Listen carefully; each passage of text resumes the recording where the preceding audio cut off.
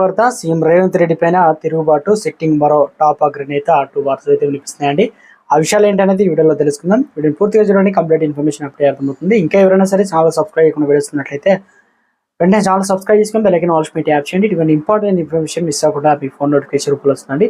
చాలా మంది చూస్తున్నారని లైక్ చేయడం మర్చిపోతున్నారండి. మీరు లైక్ చేయడం వల్ల ఇన్ఫర్మేషన్ మరింత మందికి సమాచారం చేరుతుంది. ఇక లేట్ చేయకుండా వేరేలాకి వచ్చినట్లయితే జగిత్యాల బీఆర్ఎస్ ఎమ్మెల్యేను కాంగ్రెస్ లో చేర్చుకోవడం పైన ఎమ్మెల్సీ జీవన్ రెడ్డి ఆగ్రహం అయితే ఉన్నారు. ఇక స్వయంగా మంత్రి శ్రీధర్ బాబు డిప్యూటీ సీఎం బట్టి విక్రమార్క భుజగించినా కూడా ఆయన మెత్తపడడం అయితే లేదు.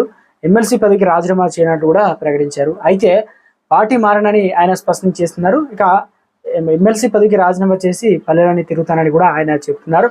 ప్రజల అభిప్రాయం మేరకు నడుచుకుంటానని స్పష్టం చేస్తున్నారు. తన ప్రమేయం లేకుండానే జరిగిందని ఎమ్మెల్యే సంజయ్ చేరికపై ఆగ్రహం వ్యక్తం చేశారు జీవన్ రెడ్డి.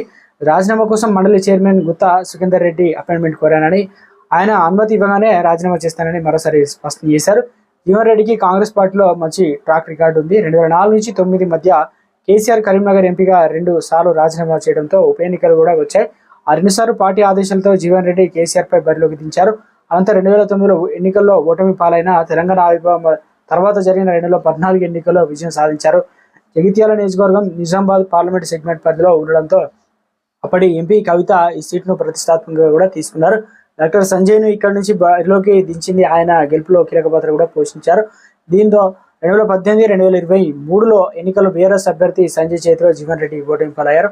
అయితే 2018 ఎన్నికల్లో ఓడిపోయిన ఆ తర్వాత వచ్చిన పట్టభద్రుల ఎమ్మెల్సీ ఎన్నికల్లో బరిలోకి దిగి అనూహ్యంగా విజయం సాధించారు. అయితే 2023లో ఓటమి పాలైన తర్వాత జీవన్ రెడ్డి నిజామాబాద్ నుంచి ఎంపీగా అభ్యర్థి బరిలోకి దించింది. ఎన్నికల్లో ఆయన ఓటమి పాలైతే అయ్యారు.